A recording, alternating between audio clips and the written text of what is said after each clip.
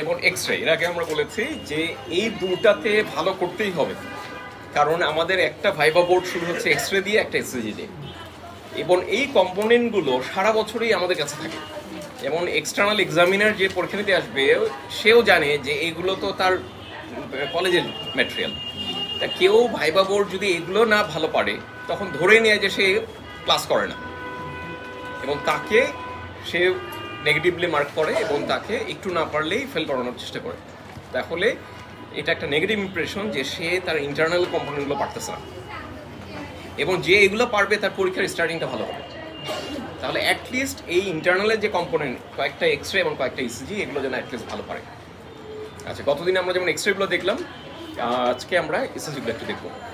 আচ্ছা, ইসিজিতে যে কোনো ইসিজি পেলে আমরা যেমন একটা এক্স-রে দিলে যেমন ওটাকে ডিসক্রাইব করতে হয় সুন্দর করে, ঠিক এরকম ইসিজি দিলে ইসিজিটাও আমরা সুন্দর করে ডিসক্রাইব করবো। ইসিজি এখানে যে কটা প্রিন্ট করা আছে এর বাইরে আর কোনো ইসিজি থাকবে না, এটি থাকবে। একটা ইসিজি পাওয়ার পরে প্রথমে আমরা কি দেখি যে ইসিজিটা এটা কত লিড ইসিজি। এই ইসিজিগুলো যেগুলো প্রিন্ট করা আছে আমাদের কাছে, এইগুলোতে দেখি আমরা যেটা কত লিড ইসিজি। এটা কত লিড ইসিজি? এটা 12 লিড ইসিজি। হ্যাঁ, সুন্দর মার্ক করা আছে, দেখো এই যে লিড 1 রোমান মার্কিং করা আছে, lead 1 2 3 AVR AVL এভিএফ V1 V2 V3 V4 V5 V6 এরকম 12টা লিড দেওয়া আছে।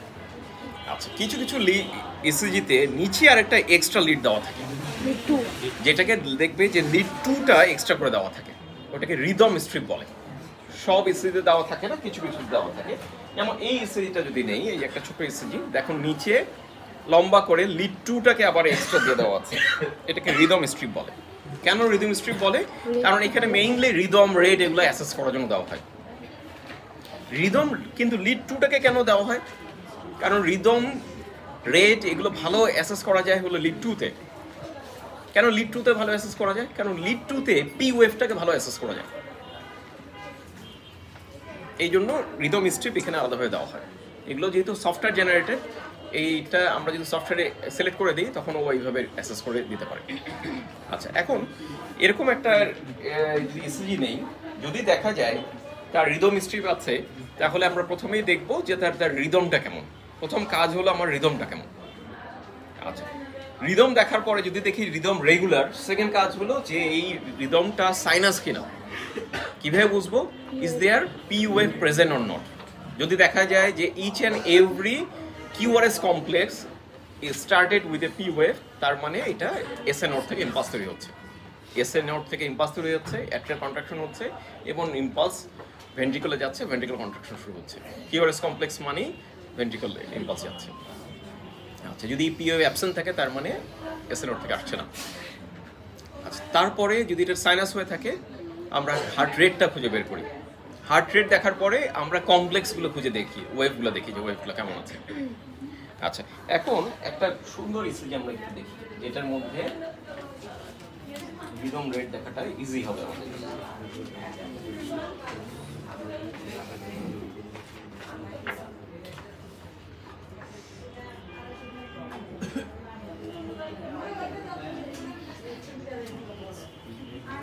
আচ্ছা, মনে করো এটা একটা ইসিজি, এটা দিছে 12 মিলি ইসিজি শোয়িং রিদম দেখতে হবে প্রথমে। রিদম এখানে যেহেতু রিদম স্ট্রিপ দেওয়া নাই, আমরা কোথায় দেখবো? লিড 2তে। দেখো লিড 2 রিদম দেখার জন্য আমরা নেকেড আইতে একটা কিউআরএস কমপ্লেক্স থেকে অ্যানাদার কিউআরএস কমপ্লেক্সের ডিস্টেন্সটা আমরা দেখবো। এখন পুরো কিউআরএস কমপ্লেক্স দেখার দরকার নেই, আমরা যদি আর ওয়েভটা দেখি, পিকটা একটা আর থেকে আরেকটা আর ডিস্টেন্স দেখলেই ইজিলি দেখা যায়। দেখো এই যে একটা আর পিক, একটা আর পিক, একটা আর থেকে আরেকটা ডিস্টেন্স দেখলে ইকুয়াল মনে হচ্ছে, তাহলে রিদম ইজ রেগুলার। যদি রিদম রেগুলার থাকে তাহলে ওয়েটা কি? আমরা দেখবো যে কোনো দুইটা আর ওয়েভের মাঝখানে হাউ মেনি লার্জ স্কোয়ার আর দেয়ার। দেখো এখানে মাঝখানে এরকম স্কোয়ার স্কোয়ার লার্জ স্কোয়ার দেখা যাচ্ছে। কয়টা স্কোয়ার আছে এখানে? দেখো এখানে 1 2 3 তিনটা লার্জ স্কোয়ার আছে, কিন্তু আছে দেখো এছাড়াও এদিকে হাফ লার্জ স্কোয়ার আছে, এদিকে হাফ লার্জ স্কোয়ার আছে, তার মানে এই হাফ হাফ মিলে আরেকটা স্কোয়ার, তার মানে টোটাল 4 লার্জ স্কোয়ার আছে। আমরা জানি ইকুয়েশনটা কি, 300 divided by this 4। Heart rate কত আসে? 75 বিট পার মিনিট। তাহলে এটার হার্ট রেট হলো 75 বিট পার মিনিট। ক্লিয়ার? তাহলে প্রথম ফাইন্ডিং কি হবে? This is a 12 lead ECG showing rhythm is regular, sinus, heart rate is 75 beat per minute. Clear? খুব সহজ। এখন যারা এই পাশ থেকে দেখতে পাচ্ছে না তাদের জন্য আমি যদি একটু এঁকে দেখাই, এটা একটা পি ওয়েভ, এই যে আর, আবার পি ওয়েভ আর।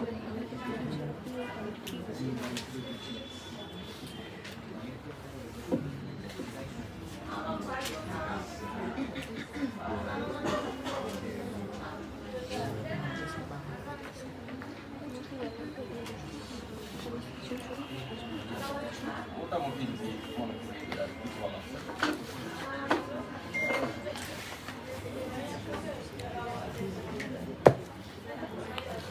আচ্ছা, এরকম এই ইসিজিটা ন্যাকেটাইতে খালি চোখে দেখে মনে হচ্ছে যে একটা কিউআরএস কমপ্লেক্স থেকে আরেকটা কিউআরএস কমপ্লেক্সের ডিসটেন্স ইজ ইকুয়াল, এবং আমরা দেখার জন্য এই আর ওয়েভটাকে বেছে নেই, এই আর এর পিকটাকে বেছে নেই।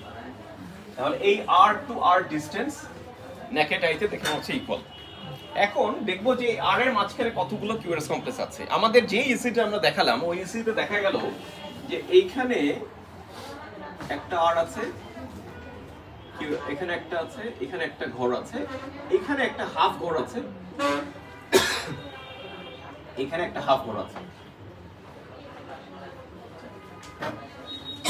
এইবার এক্সামিনার এসে যেটা ধরতেছিল, অনেকে এই মাঝখানে 1 2 3 তিনটা ঘর কাউন্ট করতেছে, কিন্তু এখানে যে একটু হাফ, এখানে একটু হাফ আছে, ওটা কাউন্ট করছে না। তোমাকে এটার হাফ যদি কাউন্ট করো তাহলে হাফ হাফ মিলে এখানে একটা ঘর, তাহলে এই মাঝখানে কয়টা ঘর? আমরা 4টা ঘর কাউন্ট। তাহলে ইকুয়েশনটা হলো 300 is divided by 4, তাহলে কত আসে? 75। 100 হলো 75। এটাকে পরীক্ষার হলে আমরা কয়েকটা ইকুয়েশন মুখস্থ করে ফেলবো। ইকুয়েশনগুলো কি? if 300 divided by 1, তাহলে হার্ট রেট কত হবে? 300। if 300 divided by 2, heart rate কত? 150। if 300 divided by 3, heart rate হলো 100। if 2, হার্ট রেট হলো 4, হার্ট রেট হলো 75। if 5, হার্ট রেট হলো 60। if 6, হার্ট রেট হলো 50। এই কয়েকটা মুখস্থ করে ফেলবো পরীক্ষার জন্য। ইভেন আমাদের অস্পিতেও সুবিধা হবে। অস্পিতে যখন আমরা লিখবো 5 মিনিটের মধ্যে লিখতে হবে, আমি এটা লিখে ফেলবো। তাহলে দুইটা আর এর মাঝখানে যদি 6 লার্জ স্কোয়ার থাকে হার্ট রেট হলো 50, যদি 5 লার্জ স্কোয়ার থাকে হার্ট রেট হলো 60, যদি 4 লার্জ স্কোয়ার থাকে হার্ট রেট হলো 75, যদি 3 লার্জ স্কোয়ার থাকে হার্ট রেট হলো 100, যদি 2 লার্জ স্কোয়ার থাকে হলো 150, 1 লার্জ স্কোয়ার থাকলে হলো 300। এতটুকু মুখস্থ করতে পারবো না? এতটুকু মুখস্থ করতে পারবো তো, তাহলে আর ওখানে বসে ক্যালকুলেট করতে হবে না। এখন যেহেতু আমাদের এটা একদম পরীক্ষার আগের ক্লাস, আমরা এখন কিভাবে আসলো 300 ইকুয়েশন, এখন এই ঝামেলা যাওয়ার দরকার নেই, এতটুকু মুখস্থ করে ফেলবো। তাহলে হার্ট রেট বের হয়ে গেল। এইভাবে এই ইকুয়েশনে হার্ট রেট বের করার একটাই শর্ত, যে রিদমটা রেগুলার হতে হবে, রিদম রেগুলার হতে হবে। আচ্ছা, এখন আমি আরো কিছু তোমাদের ইসিজি দেখাই। এই যে আরেকটা ইসিজি, এই ইসিজি দেখো, এটাতে রিদম স্ট্রিপ আছে, নিচে রিদম স্ট্রিপ আছে। রিদমটা কেমন? রেগুলার। আচ্ছা, এইখানে হার্ট রেট দেখো তো কত? মাঝখানে কয়টা লার্জ স্কোয়ার? একটা লার্জ স্কোয়ার। হার্ট রেট কত তাহলে? 300। দেখো এটা 300 হার্ট রেট। আচ্ছা, এইটা আরেকটা ইসিজি দেখো, রিদম স্ট্রিপ দেওয়া নাই, দুইটার মাঝখানে কয়টা লার্জ স্কোয়ার?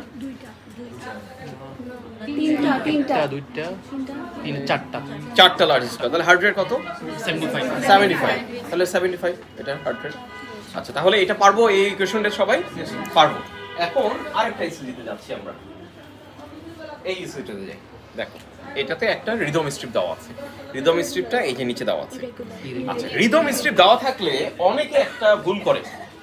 রিদম স্ট্রিপে দেখো শুরুতে এই জায়গাটাতে অনেকটাই রেগুলার দেওয়া, কিন্তু এদিকে যদি আসো দেখো ইরেগুলার হয়ে গেছে। এই জন্য রিদম স্ট্রিপ সবসময় একদম টপ টু বটম পুরোটাই দেখবে, এই মাথা দেখবে মাথা, অনেক সময় ইসিজি দেখা যায় ইনিশিয়ালি রেগুলার আছে, আবার ইরেগুলার হয়েছে, আবার ইরেগুলার আছে, আবার ইরেগুলার হয়েছে। পুরোটা দেখার চেষ্টা করো। তুমি যদি দেখো ইনিশিয়ালি দেখো মনে হবে যে রেগুলার, কিন্তু পুরোটা দেখলে দেখবে যে ইরেগুলার। তাহলে রিদম ইরেগুলার। রিদম যদি ইরেগুলার থাকে, আন্ডার গ্র্যাজুয়েশনে একটা ইসিজি আছে কি অ্যাট্রিয়াল ফিব্রিলেশন, তাহলে বাকি ফাইন্ডিং গুলো ভরে ফেলে এক কি বলতে হবে? দেখো এখানে P wave is absent replace by fibrillatory wave. তোমাকে পরীক্ষায় বলবে দেখাও show me the fibrillatory wave. এখন ফিব্রিলেটরি ওয়েভ ভালো দেখা যাবে যখন ডিসটেন্সটা বেড়ে যাবে। দেখো একটা আর্ট থেকে আরেকটা ডিসটেন্স যখন বেড়ে যাচ্ছে তখন ফিব্রিলেশনটা ভালো দেখা যাবে। এবং ফিব্রিলেটরি ওয়েভগুলো দেখতে কেমন? এই ধরনের হলো ফিব্রিলেটরি ওয়েভ।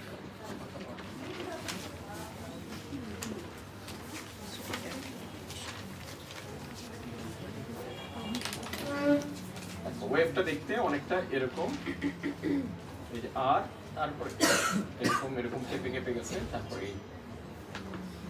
এই যে বেজ লাইনটা যেরকম কেঁপে কেঁপে গেছে, স্পেসিফিক কোনো পি ওয়েভ টি ওয়েভ কিছু বোঝা যাচ্ছে না, এটাই হলো ফিব্রিলেটরি ওয়েভ। ফিব্রিলেশন মানে ভাইব্রেট করে যাওয়া, কেঁপে কেঁপে যাওয়া, এটা হলো ফিব্রিলেটরি ওয়েভ। তাহলে P wave is absent replace by fibrillatory wave. অ্যাট্রিয়াতে স্পেসিফিক একটা রিদম না হয়ে ওখানে এরকম এরকম ফিব্রিলেট করছে, এটাই হলো ফিব্রিলেটরি ওয়েভ। ক্লিয়ার? তাহলে so my ECG diagnosis is atrial fibrillation. কিন্তু তোমাকে বলবে হার্ট রেট কত, এটা হার্ট রেট দেখাও। আচ্ছা, এখন আগে তো আমরা হার্ট রেট দেখছিলাম যে যদি ফিক্স থাকে যদি রিদম তাহলে একটা ওয়েতে, কিন্তু এখানে আমি তো ওই ওয়েতে দেখতে পারবো না। তাহলে এখানে হার্ট রেট ওয়েটা কি? আমি যে কোনো একটা এন্ড থেকে 15 লার্জ স্কোয়ার কাউন্ট করব। যেমন এখান থেকে যদি কাউন্ট শুরু করি 1 2 3 4 5 6 7 8 9 10 11 12 13 14 15 এই পর্যন্ত আসলাম। Within this 15 large square, how many QRS complex are there? 1 2 3 4 5 6 6 large square are there. এখন এই 6 কে মাল্টিপ্লাই বাই 20। যদি 15 লার্জ স্কোয়ার আমি কাউন্ট করি তাহলে it will be multiply by 20। তাহলে 6 কে 20 দিয়ে মাল্টিপ্লাই করলে কত আসে? 120। তাহলে এই ইসিজির হার্ট রেট হলো 120 বিট পার মিনিট। এই হলো কমপ্লিট।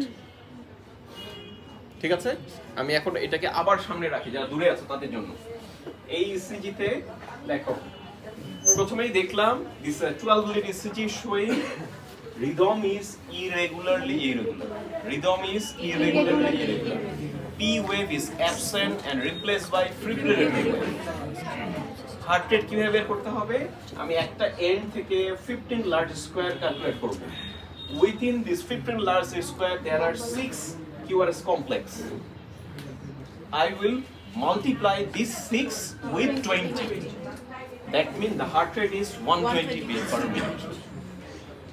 আচ্ছা, এটার আরেকটা ওয়ে আছে, আরো মেটিকুলাসলি আরো সূক্ষ্মভাবে করা যায়। যদি তুমি 30 লার্জ স্কয়ার ক্যালকুলেট করো তাহলে you will multiply the QRS complex with 10 দিয়ে মাল্টিপ্লাই করতে হয়। যদি 30 লার্জ স্কয়ার ক্যালকুলেট করো তাহলে 10 দিয়ে মাল্টিপ্লাই করতে হয়। কিন্তু মোস্ট অফ দ্য এক্সামিনাররা সময় যেহেতু কম থাকে ভাইবা বোর্ডে 30 দিয়ে মাল্টিপ্লাই করতে বলে না, বলে যে তাড়াতাড়ি করো তাহলে 15 দিয়ে মাল্টিপ্লাই করো। ঠিক আছে, তাহলে 15 দিয়ে মাল্টিপ্লাই করো। ঠিক আছে, 15 লার্জ স্কয়ারের মধ্যে 20 আবার 20 দিয়ে মাল্টিপ্লাই করো। না, irregularly irregular. This one is irregularly irregular. Atrial fibrillation is always irregularly irregular. Which one is regularly irregular? No. এইটা দেখো, এইখানে অ্যাট্রিয়াল রেটটা দেখো, অ্যাট্রিয়াল রেটটা কেমন? এখানে দেখো 3:1 ব্লক। দেখো এই যে তিনটা অ্যাট্রিয়াল রেট তারপর একটা ভেন্ট্রিকুলার রেট, তিনটা অ্যাট্রিয়াল রেট তারপর একটা ভেন্ট্রিকুলার রেট। এটা হলো রেগুলারলি ইরেগুলার, আর ওটা হলো ইরেগুলার। কেন? কারণ অ্যাট্রিয়ার সাথে ভেন্ট্রিকুলার ডিসটেন্সে কোনো মিলে নাই, কখনো কাছে কখনো দূরে, কখনো কাছে কখনো দূরে। এই জন্য atrial fibrillation is always irregularly irregular. যেমন তুমি যখন পালসও আমরা যখন ফিল করি তখন আমি বলবো ফাইন্ডিংটা রিদম ইজ ইরেগুলারলি ইরেগুলার। ঠিক আছে, আচ্ছা এখন অ্যাট্রিয়াল ফিব্রিলেশন এতটুকু পড়ার পরে তোমাকে এরপরে কোশ্চেনে চলে যাবে। তোমাকে বলবে যে এরকম একটা patient what are the common causes of atrial fibrillation, বলো কি বলবো? প্রথম কজ তোমাকে বলতে হবে for the all student mitral stenosis. যারা একটু ভালো বলতে চাও তারা বলবো যে chronic rheumatic valvular heart disease like mitral stenosis. আচ্ছা, কেউ আছে সব ভুলে যায়, চুপ করে দাঁড়ায় থাকে, তাকে আমরা ইনিশিয়েট করতে থাকি হার্টের কোন ধরনের ডিজিজে হয়? স্যার ভালভের ডিজিজে হয়। কোন ভালভে? মাইট্রাল ভালভে। আরও যদি এক কথা বলতে চাও মাইট্রাল স্টেনোসিস, ঠিক আছে? আচ্ছা, সেকেন্ড কজ কোনটাতে হতে পারে? Hypertension, ischemic heart disease, myocardial infection, এছাড়া থাইরোটক্সিকোসিস, কার্ডিওমায়োপ্যাথি, তারপরে নিউমোনিয়া, তারপরে লোন অ্যাট্রিয়াল ফিব্রিলেশন। লোন মানে হলো এটা ইডিওপ্যাথিক। এই কয়টা কজ বলতেই হবে, মাস্ট নো। পরীক্ষাতে আমরা অনেক সময় ঘুরিয়ে কোশ্চেন করি, হ্যাঁ, tell me one endocrine cause which causes atrial fibrillation. তখন পরীক্ষাতে অনেক সময় খুঁজতে লাগে এন্ডোক্রাইন কজ কি আছে, থাইরোটক্সিকোসিস। ক্লিয়ার? পরীক্ষাতে ঘুরিয়ে আমরা কোশ্চেন করি, tell me one infectious disease which causes atrial fibrillation, pneumonia. তার মানে পরীক্ষাতে দেখো সবসময় স্ট্রেট কোশ্চেন করবে না, বিশেষ করে মেডিসিনের টিচাররা অনেক সময়ই তোমাকে এরকম লজিক দিয়ে কোশ্চেন করবে, ঘুরিয়ে কোশ্চেন করবে। এরপরে কোশ্চেন নেই, atrial fibrillation patient, how the patient presented to you, কিভাবে প্রেজেন্ট করবে? কমন প্রেজেন্টেশন কি? প্যালপিটেশন। প্রথম প্রেজেন্টেশন হলো প্যালপিটেশন, বুক ধড়ফড় নিয়ে আসবে। তারপরে চেস্ট ডিসকমফর্ট নিয়ে প্রেজেন্ট করতে পারে। এরপরে patient may be presented with complication. Patient may present it with complication of atrial fibrillation. কি কমপ্লিকেশন নিয়ে প্রেজেন্ট করতে পারে? Thromboembolism followed by stroke. Thromboembolism followed by stroke. কি ধরনের স্ট্রোক? Ischemic stroke. আমরা জানি যে এটার একটা কমপ্লিকেশন হলো যখন ঠিক মতন পাম্প করতে পারে না, আস্তে আস্তে পাম্প করে, ওখানে ব্লাড স্ট্যাসিস হয়, ওখানে থ্রম্বাস ফর্ম হয়। This thrombus dislodge from the heart goes to the brain and causes ischaemic stroke. Thromboembolism followed by ischemic stroke. এছাড়া হার্ট ফেলিয়ার ডেভেলপ করতে পারে পেশেন্টে। হার্ট ফেলিয়ার হলে পেশেন্ট কি নিয়ে আসবে? অর্থোপনিয়া, paroxysmal nocturnal dyspnea নিয়ে আসবে। তাহলে this are the two main complication of atrial fibrillation. One is thromboembolism followed by ischemic stroke, অথবা হার্ট ফেলিয়ার নিয়ে আসতে পারে। আচ্ছা, পরীক্ষাতে এক্সামিনার আবার একটু বাজিয়ে দেখবে, বলবে যে আচ্ছা থ্রম্বাসটা ব্রেনে যদি না যায়, অন্য জায়গায় যায়, তাহলে আর কি হতে পারে? স্যার পালমোনারি এম্বোলিজম হতেও পারে, আর কি হতে পারে? ইসকেমিক লিম হতে পারে। হ্যাঁ, ইসকেমিক লিম হতে পারে, উপরে না গিয়ে আর্চ অফ দ্য অ্যাওর্টা দিয়ে অন্যদিকে চলে গেল। ইসকেমিক লিম হতে পারে না, হঠাৎ করে লিম্বের একটা আর্টারি থেকে ব্লক হয়ে গেল, অ্যাকিউট লিম ইসকেমিয়া হয়। অ্যাকিউট লিম ইসকেমিয়া হয়। হঠাৎ রেনাল আর্টারিতে গিয়ে অবস্ট্রাক্ট করলো, হতে পারে না? হতে পারে। আচ্ছা, এরপরে জিজ্ঞেস করবে কিভাবে তুমি ট্রিটমেন্ট করবে, না আর ফার্দার কি ইনভেস্টিগেশন করবে? এরকম একটা অ্যাট্রিয়াল ফিব্রিলেশন পেশেন্ট, ফার্দার আর কি ইনভেস্টিগেশন করতে চাও? ইকোকার্ডিও। কি ধরনের ইকো পরীক্ষা জিজ্ঞেস করবে? Colour Doppler echo. Colour Doppler echo. আচ্ছা, যারা একটু ভালো মার্ক দিতে চায় তারা জিজ্ঞেস করবে আচ্ছা কোন ধরনের ইকো করবে, কেন কালার ডপলার দেখতে চাও? স্যার কালার ডপলার ইকো করলে আমি হার্ট ভালভ এবং প্রেশার গ্রেডিয়েন্ট দেখতে পারবো, কিন্তু 2D-তে দেখতে পারবো না, এই জন্য কালার ডপলার ইকো করবো। কারণ যেহেতু হার্ট ভালভের জন্য এটা হয়ে থাকে, আমি কালার ডপলার ইকোকার্ডিওগ্রাফি করব to see the heart valve and the pressure gradient, pulmonary pressure, এগুলো দেখতে চাই। যেহেতু হার্ট ফেলিয়ার ডেভেলপ করে, আমি পালমোনারি প্রেশারটা দেখব। আচ্ছা, এরপরে জিজ্ঞেস করবে যে কীভাবে ট্রিট করবা? আচ্ছা, কয়েকটা জিনিস আমি রেট কন্ট্রোল, রিদম কন্ট্রোল, আর একটা কমপ্লিকেশন প্রিভেনশন। হ্যাঁ, রেট কন্ট্রোলের জন্য কি দেওয়া যেতে পারে? সিম্পল বিটা ব্লকার দেওয়া যেতে পারে, এছাড়া ডিগক্সিন দেওয়া যেতে পারে। আচ্ছা, এতটুকু বললেই কোশ্চেন করে যে আচ্ছা যদি পেশেন্টের অ্যাসোসিয়েটেড হার্ট ফেলিয়ার থাকে কোনটা চয়েস করবো? ডিগক্সিন। আচ্ছা, রিদম কন্ট্রোলের জন্য কি দেওয়া যেতে পারে? অ্যামাইডারন দেওয়া যেতে পারে, ডিসি শক দেওয়া যেতে পারে, ডিসি কার্ডিওভার্সন। আচ্ছা, কমপ্লিকেশন প্রিভেন্ট করার জন্য কি দেওয়া হয়? কমপ্লিকেশন বলতে থ্রম্বোএম্বোলিজম প্রিভেন্ট করার জন্য আমরা অ্যান্টিকোয়াগুলেন্ট দিই, ওরাল অ্যান্টিকোয়াগুলেন্ট, ওয়ারফেরিন দেওয়া হয়। আচ্ছা, তখন তোমাকে আবার একটু বাজিয়ে বলবে যে পেশেন্ট অ্যাকিউট ইমার্জেন্সি নিয়ে আসছে, তখন কি দিবা? ওরালি দিবা?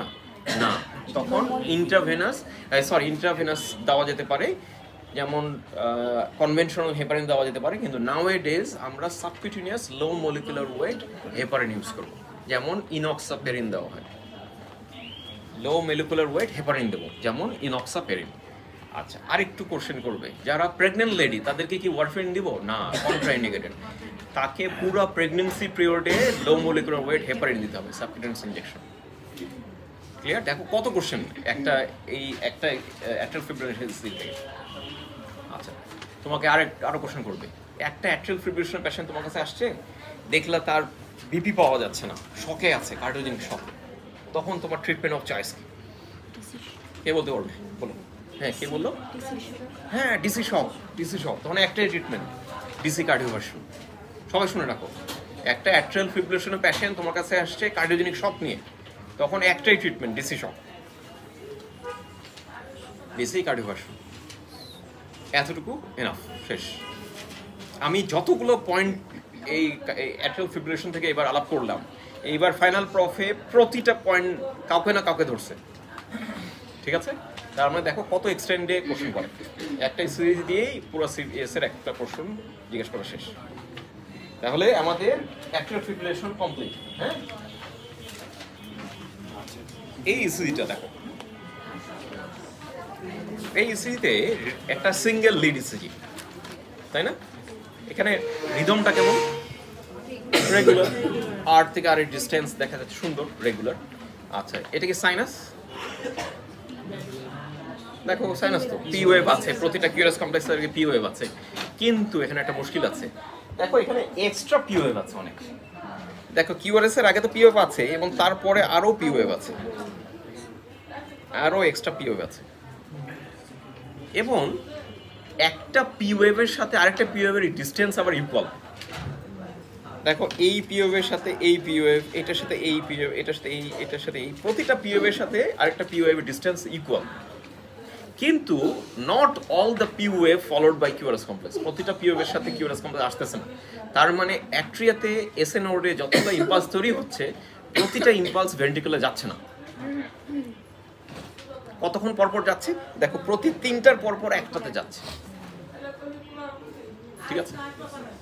এখানে আমরা সাধারণত একটা হার্ট রেট কি ক্যালকুলেট করি? ভেন্ট্রিকুলার রেটটা ক্যালকুলেট করি, কারণ আমরা জানি যে অ্যাট্রিয়ার যত রেট ভেন্ট্রিকুলার একই রেট, কারণ প্রতিটা ইম্পালস তো ভেন্ট্রিকুলার পড়তে যায়।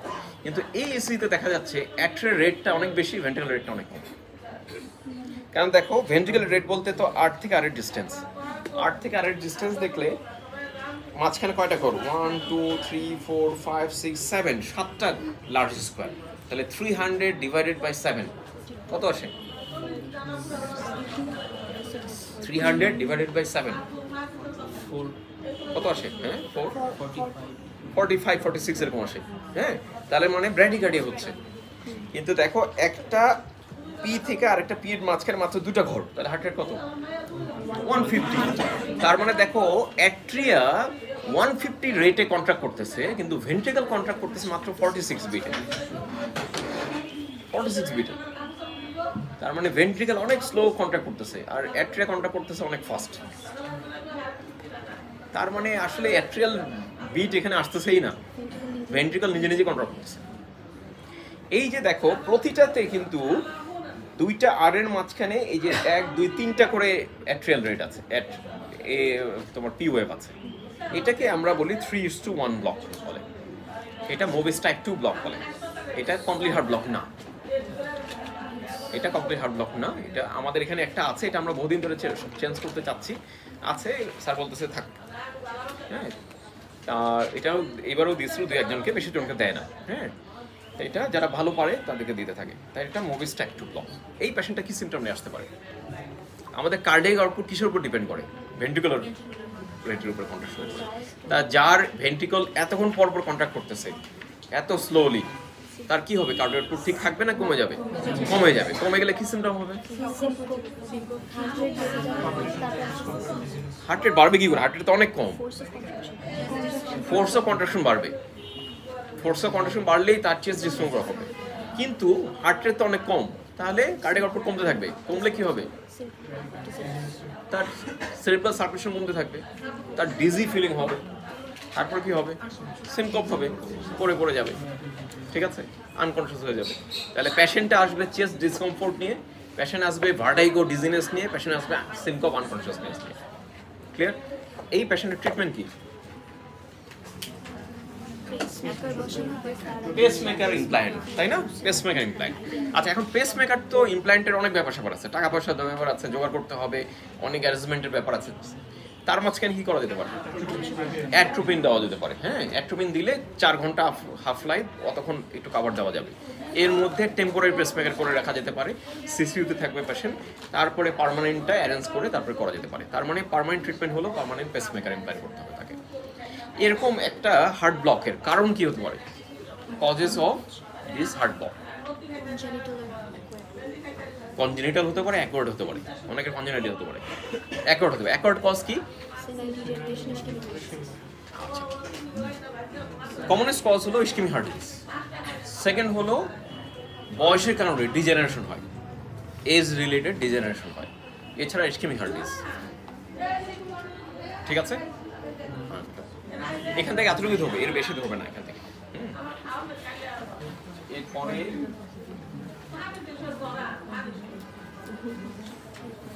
তোমাদের হার্ট রেট, রিদম রিলেটেড এই লাস্ট ইসিজি। এরপরে আমরা ওয়েভে চলে যাব। দেখো এই ইসিজিটা দেখো, রিদম কেমন একটু আগে দেখালাম, রেগুলার। এটা কি সাইনাস পিএফ আছে? এটা পিওএফ নাই। কেন নাই? এটা তোমাদের যখন টিউটোরিয়াল ক্লাস নিতাম তখন বলতাম না যে দেখো একটা আর থেকে আরেকটার মাঝখানে একটা ওয়েভ আছে। এই দুটা আর এর মাঝখানে সাধারণত দুটা ওয়েভ থাকার কথা, একটা হলো টি আর একটা পি। দুটার মাঝখানে যদি একটা ওয়েভ থাকে এটা টি, এটা পি না। কারণ টি মানে কি? এটা ভেন্ট্রিকুলার ডায়াস্টল, আর পি হলো অ্যাট্রিয়াল সিস্টেম। দুটার মধ্যে কে শক্তিশালী? ভেন্ট্রিকল। ভেন্ট্রিকল শক্তিশালী। তাই দুটার মধ্যে যদি একটা আসার সুযোগ থাকে, কে আসবে? যে শক্তিশালী সে আসবে, টি। এটা যদি আমরা ছবি আঁকে দেখাই এরকম, এই যে এই ইসিজিটা দেখো, এই ইসিজিতে এই যে আর মাঝখানে এই টি, তারপরে এই যে পি। যখন এটা র্যাপিড আসতে থাকবে তখন এই যে আসলো, এই যে মাঝখানে এরকম আসলো, আবার আসলো, আবার মাঝখানে এরকম আসলো, আবার আসলো, আবার মাঝখানে আসলো, মাঝখানে একটা করে আসতেছে।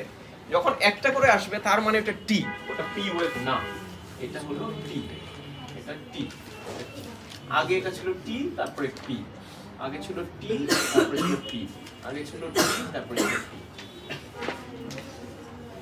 তাহলে যখন হার্ট রেট এত র্যাপিড হয়ে যায় তখন এটা পিটা চলে যায়। যদি পি থাকতো, এরকম র্যাপিড হার্ট রেটে যদি পি থাকতো তখন ওটাকে আমরা কি বলতাম? Sinus tachycardia. ভেরি গুড, তাহলে বলতাম সাইনাস ট্যাকিকার্ডিয়া। যেহেতু পি নাই তাহলে এটা সাইনাস ট্যাকিকার্ডিয়া না, তাহলে এটা কি? Supraventricular tachycardia. এটা এসভিটি। এখানে হার্ট রেট কত দেখো তো, দুইটার মাঝখানে মাত্র একটা ঘর, তাহলে 300 বিট পার মিনিট, অনেক বেশি। এসভিটি মানেই heart rate minimum 150 and above থাকে। ঠিক আছে, এখানে আরেকটা ফাইন্ডিং আছে, QRS complex are very narrow. দেখো কিউআরএস কমপ্লেক্সগুলো মনে হচ্ছে এরকম চিকন চিকন চিকন চিকন। তাহলে এখানে তিনটা finding. This is a 12 lead ECG showing QRS rhythm are regular, PWave is absent, QRS complex are narrow, and heart rate is 300 beat per minute. So my ECG diagnosis is supraventricular tachycardia. Shesh finding, this is a 12 lead ECG showing rhythm is regular, PWave is absent, QRS complex are narrow, heart rate is 300 beat per minute. My ECG diagnosis is supraventricular tachycardia. Clear? Heart rate যখনই fast হবে তখন narrow হয়ে যাবে। ও তো wide হওয়ার মতন সময় পাচ্ছে না, তো ওকে তো তাড়াতাড়ি আসতে হচ্ছে পরেরটা। আচ্ছা, যখনই আমরা যারা মুসলিম, আমরা যখন নামাজে দাঁড়াই, শুক্রবারের নামাজে বিশেষ করে অনেক মানুষ হয়, তুমি এত জায়গা নিয়ে দাঁড়াতে পারবা?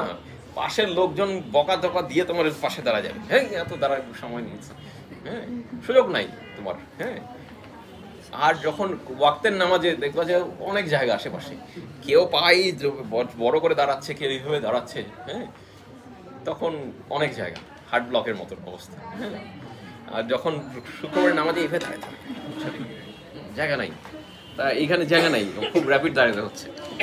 আচ্ছা, এখন এই ইসিজির এর পরে কোশ্চেন করবে, এই পেশেন্টটা কি নিয়ে আসবে তোমার কাছে? প্রথম প্রেজেন্টেশন হলো ট্যাকিকার্ডিয়া, হ্যাঁ, পালপিটেশন। সেকেন্ড হলো পেশেন্ট চেস্ট ডিসকমফোর্ট হবে। যখন হার্ট রেট এত র্যাপিড বিট হবে, পেশেন্ট হার্ট ডায়াস্টোলের ফিলিংয়ের টাইম পাবে না। যদি ডায়াস্টোল ফিলিংয়ের টাইম না পায় তাহলে তো কার্ডিয়াক আউটপুট বের হবে না। আউটপুট বের না হলে আবার একই কাজ হবে, তার সেরিব্রাল ফ্লো কমতে থাকবে, কার্ডিয়াক আউটপুট কমতে থাকবে, পেশেন্টের ডিজি ফিলিং হবে, পেশেন্টের সিনকম হবে, পেশেন্ট আনকনশিয়াস হয়ে যাবে। ঠিক আছে, তার মানে হার্ট রেট কমে গেলেও একই কাজ হয়, বেড়ে গেলেও একই কাজ হয়, কার্ডিয়াক আউটপুট কমতে থাকে। আচ্ছা, কি কি কারণে হতে পারে? এটাও কনজেনিটাল হতে পারে, অ্যাকুয়ার্ড হতে পারে। অ্যাকুয়ার্ড ঠিক একই কারণে, ইসকিমিক হার্ট ডিজিজ হতে পারে, ভালভুলার হার্ট ডিজিজ হতে পারে, কার্ডিওমায়োপ্যাথির জন্য হতে পারে, হ্যাঁ, ইলেকট্রনিক ইমব্যালেন্সের জন্য হতে পারে। আচ্ছা, ট্রিটমেন্ট কি? এবার পরীক্ষাতে জিজ্ঞেস করছে বারবার, এবারে এটা ইয়াতেও আসছে, অস্পিতেও আসছিল। প্রথমেই নন ফার্মাকোলজিক্যাল অ্যান্ড ফার্মাকোলজিক্যাল। নন ফার্মাকোলজিক্যালের মধ্যে আছে দুটা জিনিস। একটা হলো আমাদের কিছু খাবার দাবারের অ্যাডভাইস দিই আমরা, যে অ্যাভয়েড ক্যাফিন কন্টেনিং ফুড, যেমন অ্যাভয়েড টি, কফি, তারপরে চকলেট, চকবার, যেগুলোতে ক্যাফিন থাকে। তারপর কিছু কিছু ড্রিঙ্কস আছে, হ্যাঁ, রেড বুল নামে একটা ড্রিঙ্কস পাওয়া যায় বিদেশে, এগুলোতে ক্যাফিন থাকে হাই ডোজে।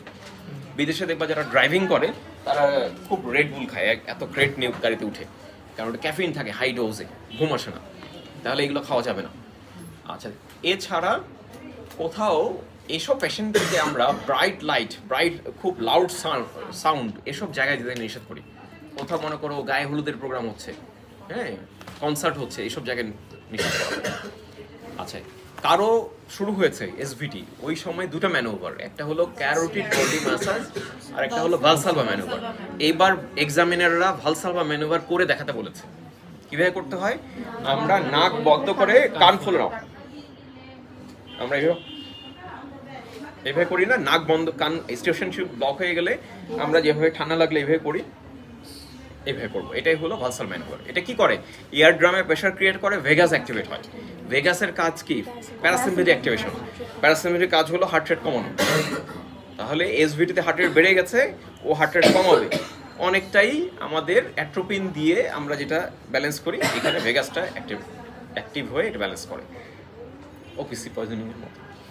আচ্ছা, ঠিক একই রকম ক্যারোটিড বডি ম্যাসেজ, এখানেও একদিকে ম্যাসেজ করলে আমাদের অ্যাক্টিভেশন হয়, ভেগাস অ্যাক্টিভেট হলে হার্ট রেট কমতে থাকে। জিজ্ঞেস করবে ক্যারোটিড বডি ম্যাসেজ দেওয়ার আগে কিছু প্রিরিকুইজিট আছে কিনা? আছে, আমি আগে অস্কালেট করে দেখবো কোনো ক্যারোটিড ব্রুই আছে কিনা। যদি ব্রুই থাকে ম্যাসেজ ওখানে দেওয়া যাবে না, তার মানে এখানে থ্রোম্বাস থাকার সম্ভাবনা আছে, থ্রোম্বাস ডিসলস হতে পারে। আচ্ছা, এখন ড্রাগস, স্পেসিফিক ড্রাগ হলো ইন্ট্রাভেনাস এডিনোসিন।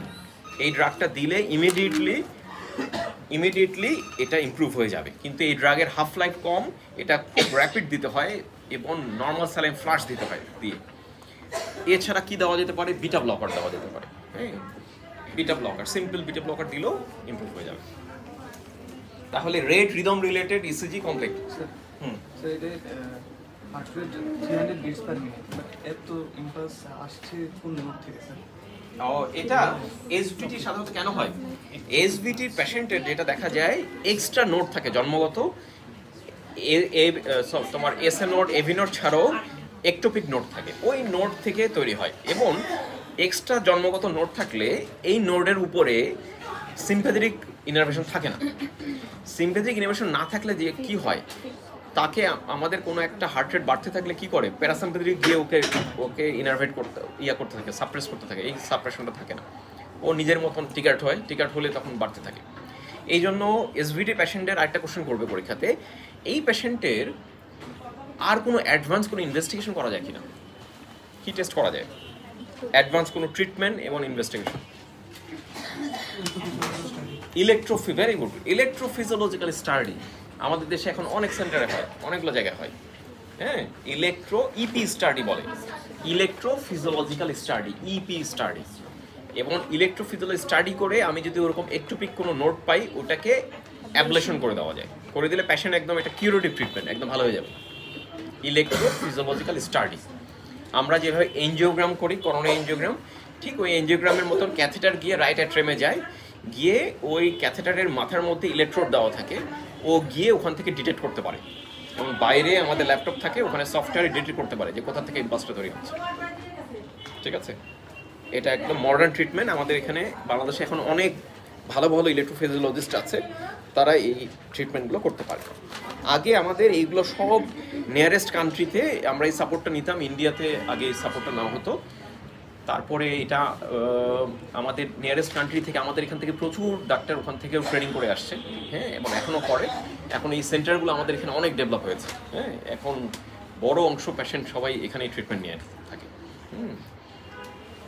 এখন এখানেই বড় বড় সেন্টার হয়েছে, এখন এটা একটা বড় অবদান। এখানে আমরা এখন পরের চলে যাচ্ছি। এই এসিটা কি ছিল? এটা একটা বড় এসি, এটাও 12 লিড এসিজি। এই লিডটা দেখো রিদম হিস্ট্রি, অ্যাট্রিয়াল ফিব্রিলেশন দেখো, rhythm irregular, PF is absent, replace by fibrillatory wave, বাকি ব্লা ব্লা ব্লা, এটাও অ্যাট্রিয়াল ফিব্রিলেশন। আচ্ছা, আমাদের তাহলে রিদম রেট রিলেটেড ইসিজিগুলো কমপ্লিট। এখন আমরা ওয়েভ রিলেটেড ইসিজিগুলো দেখবো। মানেই আছে হলো অ্যাট্রিয়াল, কি আছে, এমআই।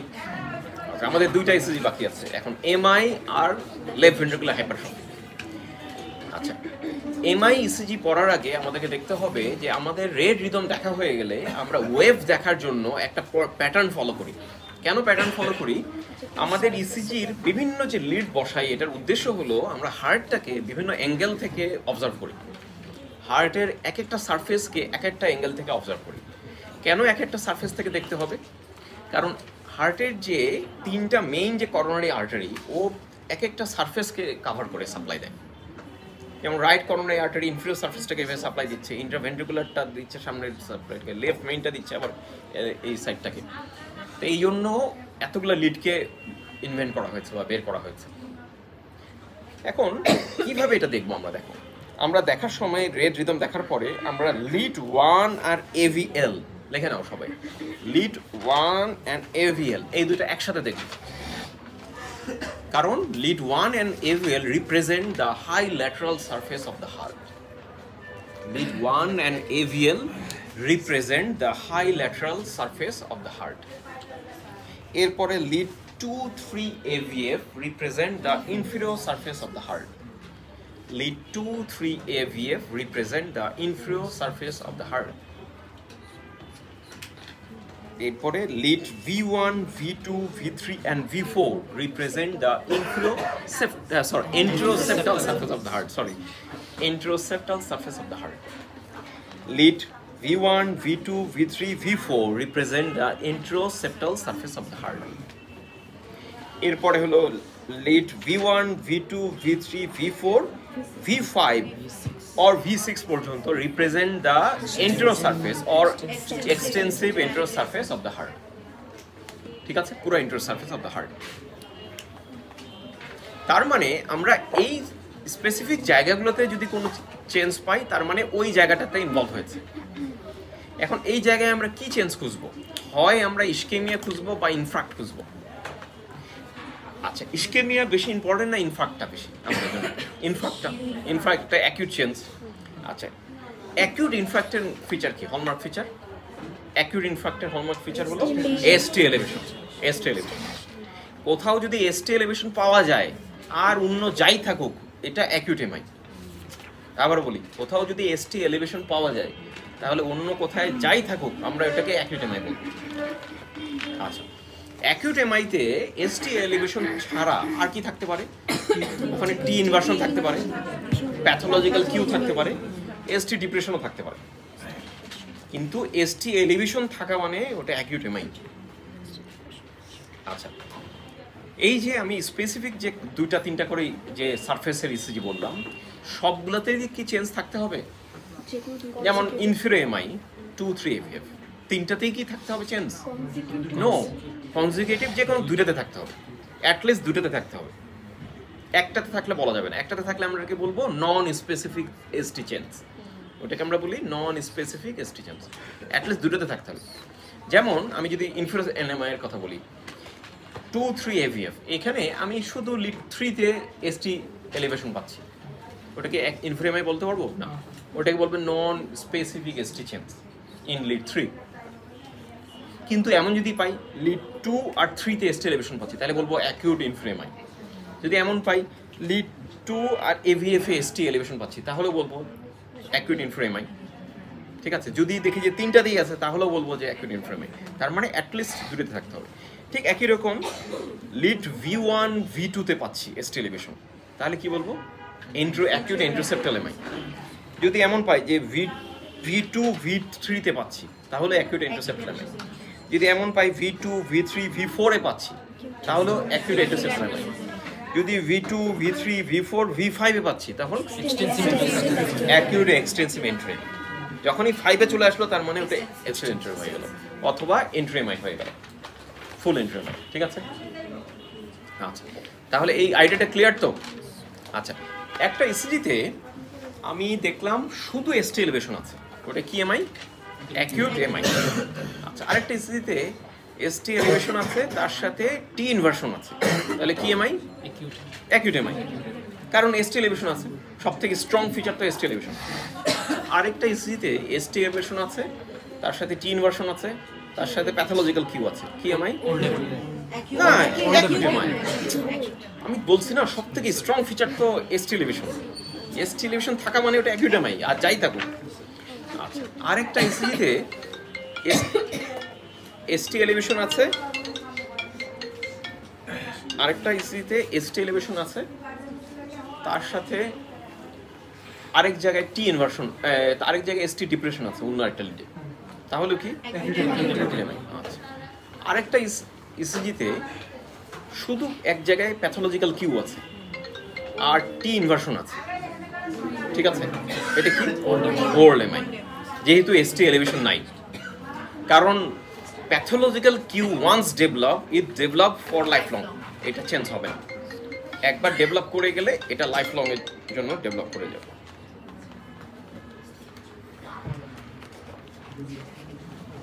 কিন্তু এসটি এলিভেশন কতদিনের জন্য ডেভেলপ করে জানো? 4 উইকসের জন্য অ্যাটলিস্ট, মেজর মানে ম্যাক্সিমাম 4 উইকের পরে থাকে না এটা। 4 উইক, উইদিন 4 উইকস এটা বেজ লাইনে চলে আসে বা নিচে চলে যায়।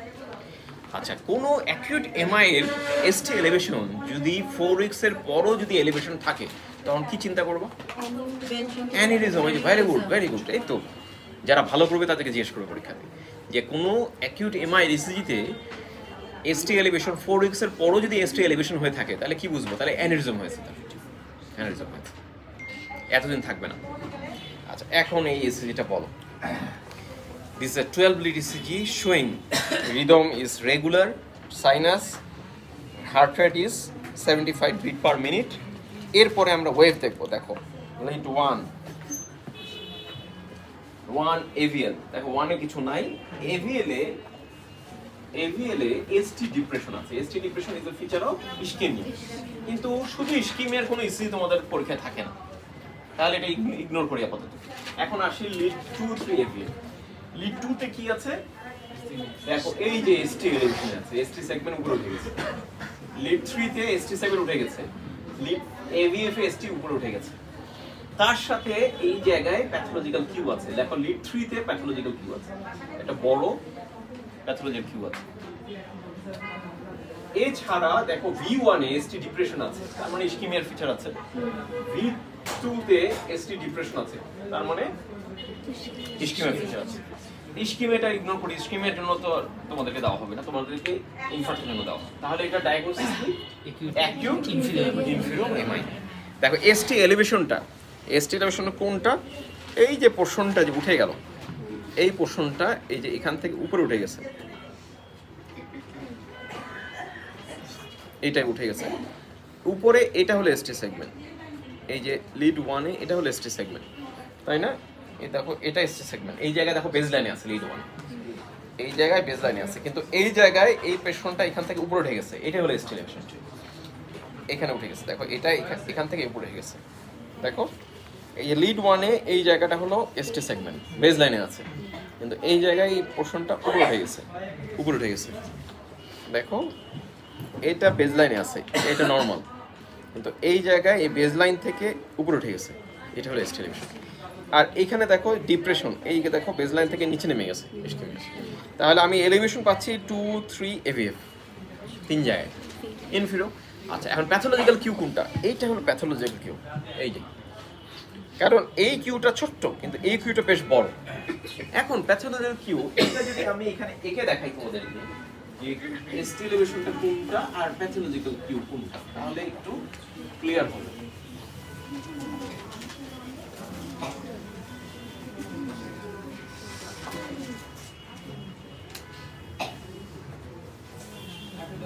এখানে লিড 2টা দেখতে এরকম আছে।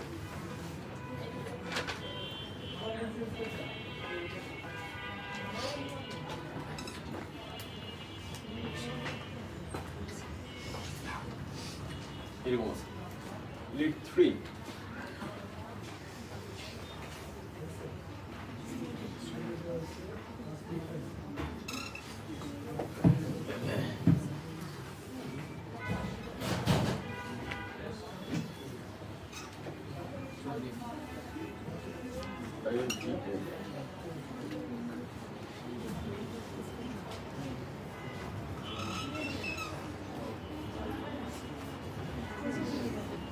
এরকম আছে।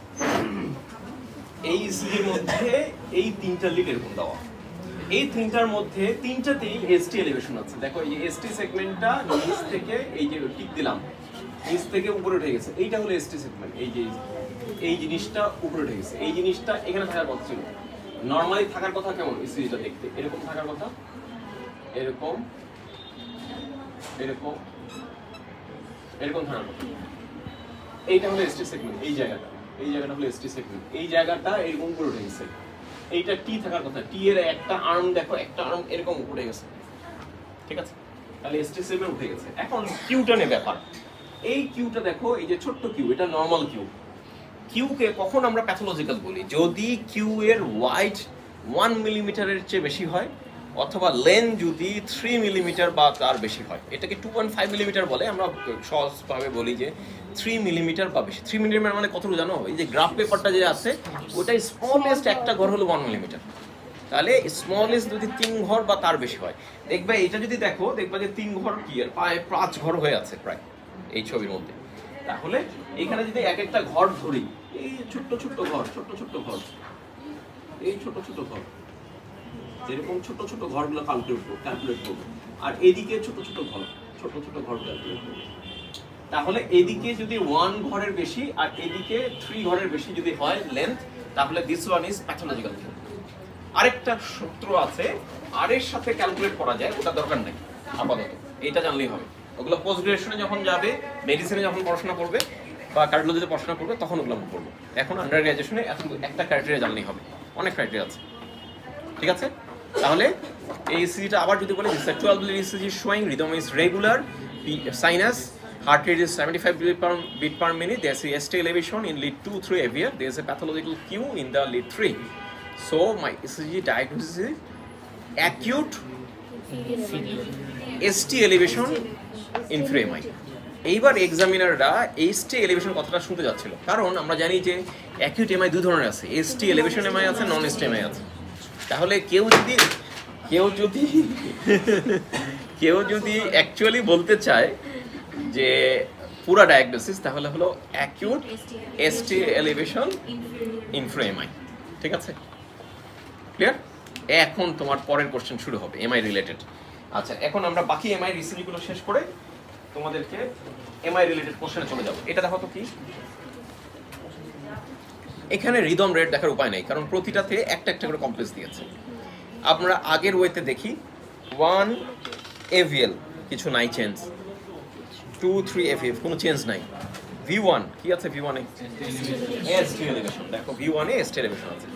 V1 এ এই দেখো ST সেগমেন্ট উপরে উঠে গেছে, V2 ST সেগমেন্ট উঠে গেছে। এটা কেন ST সেগমেন্ট? দেখো আমি বলেছিলাম না, টি এর দুইটা আর্ম দেখতে যদি একই রকম থাকে তাহলে এটা টি, কিন্তু একটা আর্ম যদি দেখা যায় এরকম উঠে গেছে, তার মানে ওটা ST এলিভেশন। তাহলে দেখা যাচ্ছে যে এইটার একটা আর্ম উঠে গেছে, এই যে একটা আর্ম, এই আর্মটা উঠে গেছে, কিন্তু বাকিগুলোতে আর্মগুলো ইকুয়াল, তাহলে ST এলিভেশন আছে V1 V2 তে, এবং প্যাথোলজিক্যাল কিউ আছে, এটা প্যাথোলজিক্যাল কিউ, এটা প্যাথোলজিক্যাল কিউ, এই দুটো প্যাথোলজিক্যাল কিউ। তাহলে ST elevation with pathological Q in V1 V2, তাহলে এটা কি এমআই? অ্যাকিউট। কেন এন্ট্রো বলবো? এন্ট্রো কত পর্যন্ত? 5 6 পর্যন্ত না, এন্ট্রোসেপ্টাল তো V4 পর্যন্ত এন্ট্রোসেপ্টাল না, তা আমার V2 পর্যন্ত আছে, তার মানে তো এখনো এন্ট্রোসেপ্টালের মধ্যে আছে। তাহলে acute ST elevation anteroseptal MI, clear? এরপরে আরেকটা এমআই দেখি, এটাও ইনফিরো এমআই, ওই যে আমরা বড় ইনফিরো এমআই যেটা দেখছিলাম ওইটারই ছোট করে প্রিন্ট করা, একই বড় যেটা ইনফিরো এমআই দেখলাম একটু আগে ওইটারই ছোট করে প্রিন্ট করা, একই জিনিস। আচ্ছা এমআই ইসিজি আরেকটা আছে লাস্ট, এটাও রিদম রেটেড এগুলো ভালো আছে, তোমরা এমআইটা খুঁজে বের করো, বলো তো এটা কি এমআই? ফাইন্ডিং বলো বলো, একজন বলো তো, কাছ থেকে একজন বলো। anterior ST limited acute anterior MI, ঠিক আছে। This is a 12 lead ECG showing rhythm are regular, heart rate is 100 beat per minute, sinus. There is a ST elevation in the V1, V2, V3, V4, V5, V6. So my ECG diagnosis is acute ST elevation and extensive anterior MI. Clear? তাহলে সবগুলো MI complete. এরপরে MI related কোশ্চেনগুলো তোমাদের করবে। আমাদের আর একটা ECG বাকি, আমাদের হাইপারট্রফি লেফট ভেন্ট্রিকুলো হাইপারট্রফি একটা ইসিজি বাকি। এখন এমআই রিলেটেড কোশ্চেনগুলোতে একটু আসি। তোমাদেরকে কোশ্চেন কি কি করবে এমআই রিলেটেড, বলবে যে এই পেশেন্টটা তোমার কাছে কি নিয়ে প্রেজেন্ট করবে। আচ্ছা সহজ কোশ্চেন, কিন্তু মোস্ট অফ দ্য স্টুডেন্ট তাকায় থাকে কি নিয়ে, এমআই কি নিয়ে প্রেজেন্ট করবে।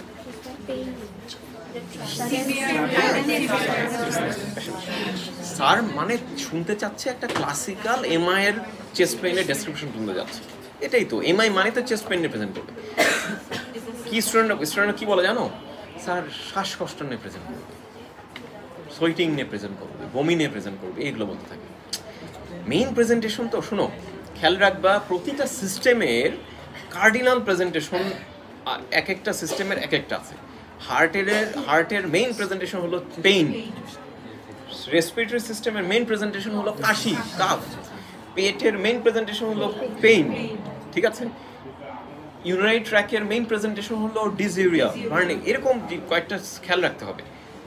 বললেই তোমাকে যখন বলবে যে একটা এমআই পেশেন্ট কিনে প্রেজেন্ট করো, তুমি সাথে সাথে শুরু করো একদম তোতা পাখির মতন, স্যার সার্ডেন সিভিয়ার রেট্রোস্টেনাল, আমি বলি হ্যাঁ, sudden severe retrosternal chest pain which is tightness, heaviness, choking in nature. Pain may radiate in the left arm, left shoulder, lower jaw, epigastrium. ঠিক আছে? Pain persist for more than 30 minutes, does not subside after taking rest or sublingual GTN. Pain may associated with sweating, shortness of breath, nausea, vomiting. ঠিক আছে? At least এই কটা বলতে হবে, ঠিক আছে। আচ্ছা এরপরে পেশেন্ট শুনতে চায় যে আর কি নিয়ে প্রেজেন্ট করতে পারে, আর কি নিয়ে যদি বলে তাহলে বুঝবা যে অ্যাকিউট কমপ্লিকেশন শুনতে যাচ্ছে। অ্যাকিউট কমপ্লিকেশন যদি বলে যে আর কি হতে পারে, বুঝবা যে অ্যাকিউট কমপ্লিকেশনগুলো তো হতে পারে, ওগুলো তো অ্যাকিউট প্রেজেন্টেশন। বলবো হ্যাঁ স্যার এর বাইরে স্যার অ্যারিথমিয়া হতে পারে, হার্ট ব্লক হতে পারে, তারপরে অ্যাকিউট সাডেন কার্ডিয়াক ডেথ হতে পারে, কার্ডিওজেনিক শক হতে পারে, প্যাপিলারি মাসেলের রাপচার হতে পারে, হ্যাঁ থ্রম্বোএম্বোলিজম হতে পারে, অ্যাকিউট হার্ট ফেলিওর হতে পারে, এগুলো অ্যাকিউট যে কমপ্লিকেশনগুলো এগুলো হতে পারে। জিজ্ঞেস করতেছে অ্যাকিউট অ্যারিথমিয়া কী কী ধরনের অ্যারিথমিয়া হতে পারে, স্যার ব্র্যাডিকার্ডিয়া হতে পারে, হার্ট ব্লক হতে পারে, ট্যাকিকার্ডিয়া হতে পারে। কী কী ধরনের ট্যাকিকার্ডিয়া হয়, স্যার অ্যাট্রিয়াল ফিব্রিলেশন হয়, ভেন্ট্রিকুলার ট্যাকিকার্ডিয়া, ভেন্ট্রিকুলার ফিব্রিলেশন হয়, হার্ট ব্লক হয়, সবগুলোই হয়, বুঝছো। আচ্ছা সার্ডেন কার্ডিয়াক অ্যারেস্ট হতে পারে। এরপরে জিজ্ঞেস করা যে ক্রনিক কি হতে পারে কমপ্লিকেশন, স্যার দুটা, একটা হলো ড্রেসলার সিনড্রোম, আরেকটা হয় ক্রনিক হার্ট ফেলিওর হতে পারে। ড্রেসলার সিনড্রোমটা কি, স্যার এটা একটা পেরিকার্ডাইটিস হয়, পেশেন্ট 1 মাস পরে আবার নতুন করে হার্ট ব্যথা শুরু হয়, পেটে ব্যথা চেস্ট পেইন শুরু হয়, কিন্তু সাথে তার জ্বর থাকে, ঠিক আছে, যেহেতু ইনফ্লামেশন হয় তার জ্বর থাকে সাথে। তোমাকে জিজ্ঞেস করবে যে আচ্ছা তুমি তোমার বাসায় আছো বিল্ডিংয়ে, অথবা গ্রামের বাড়িতে আছো, অথবা পথে ঘাটে আছো, তোমার কাছে মনে হলো যেটা একটা এমআই পেশেন্টটা চেস্ট পেন নিয়ে তোমার সামনে সোয়েটিং হচ্ছে, তুমি কি করবা? তার মানে এখানে তোমাকে প্রাইমারি কয়েকটা জিনিস করে পাঠিয়ে দিতে হবে পেশেন্টকে। এখন শুরু করে যে হ্যাঁ আমি পেশেন্টটাকে অক্সিজেন দিব, ইয়া করবো, অমুক করবো, সব না তো। তুমি প্রথমেই পেশেন্টটাকে স্যার রিঅ্যাসুরেন্স দ্য পেশেন্ট, সাহস দিব।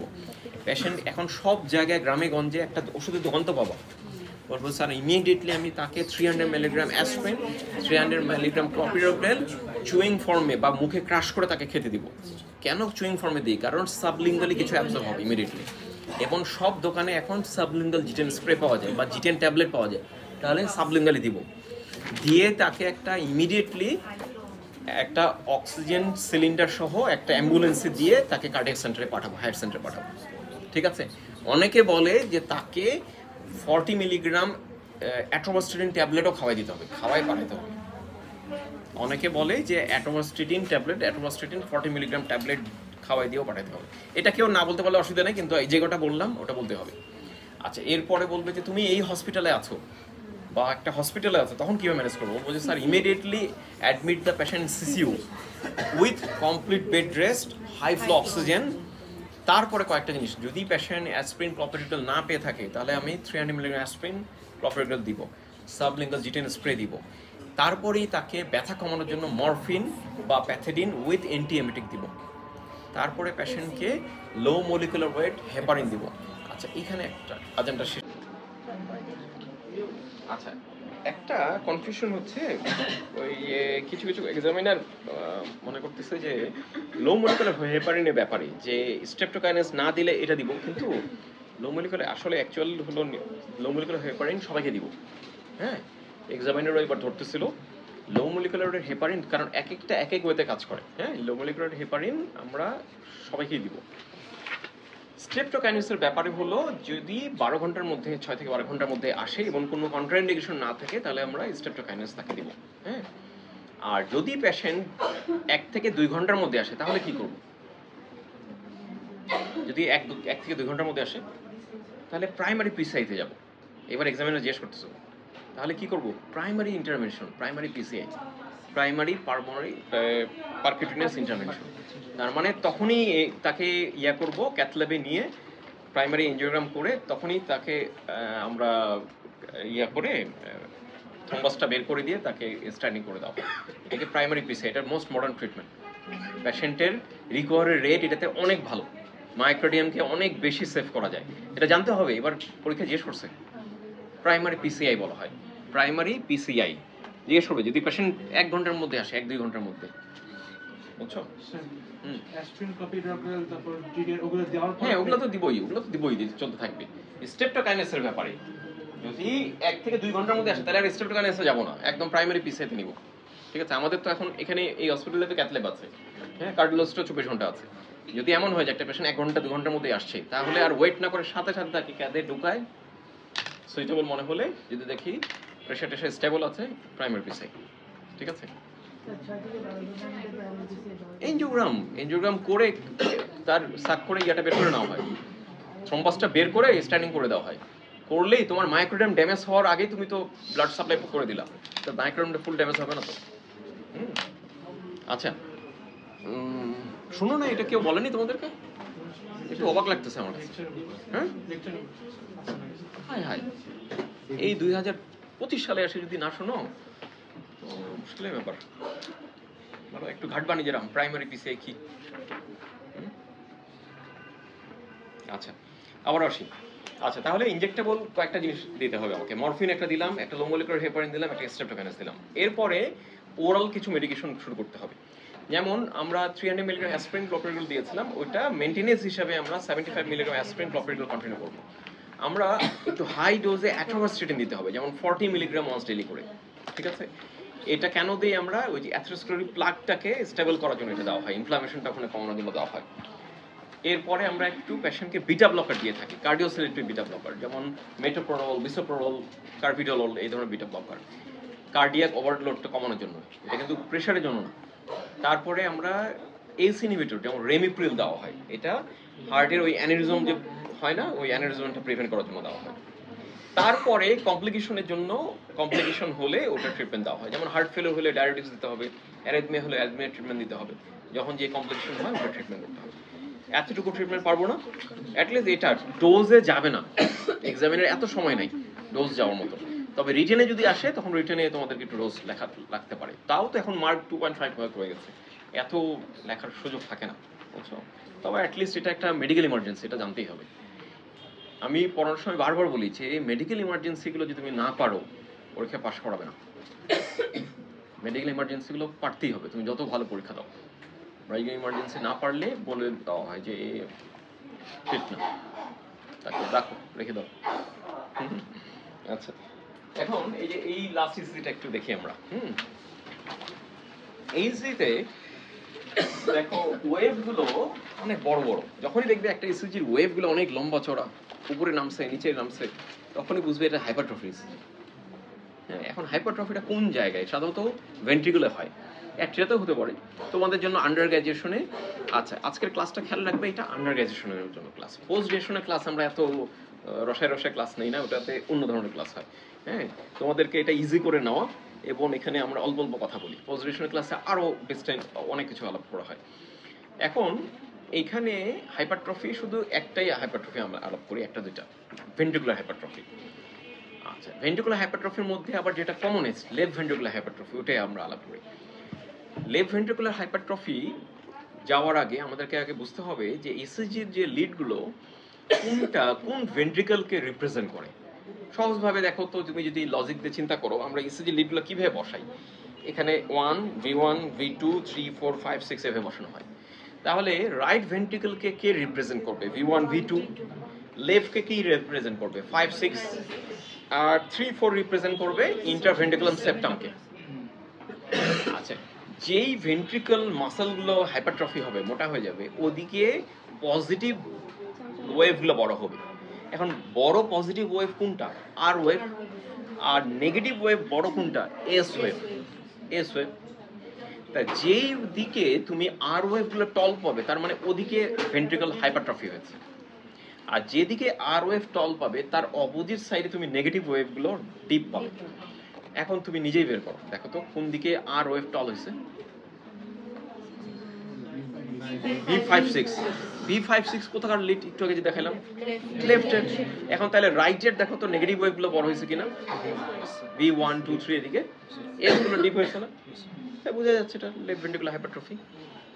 তাহলে এইটা দিয়ে তুমি মোটামুটি অ্যাসেস করতে পারলে যেটা লেফট ভেন্ট্রিকুলার হাইপারট্রফি ইসিজি হবে। এখন এটাকে প্রুফ করার জন্য তোমাকে ভোল্টেজ ক্রাইটেরিয়া অনুযায়ী প্রুফ করতে হবে। ভোল্টেজ ক্রাইটেরিয়াগুলো, এটা ইকুয়েশন, তোমাকে অঙ্কের যেমন ইকুয়েশন মুখস্থ রাখতে হয়, মুখস্থ রাখতে হবে।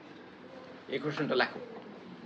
ইকুয়েশনটা হলো S in the V1, S in the V1 plus R in the V5, R in the V5 more than 35, more than 35।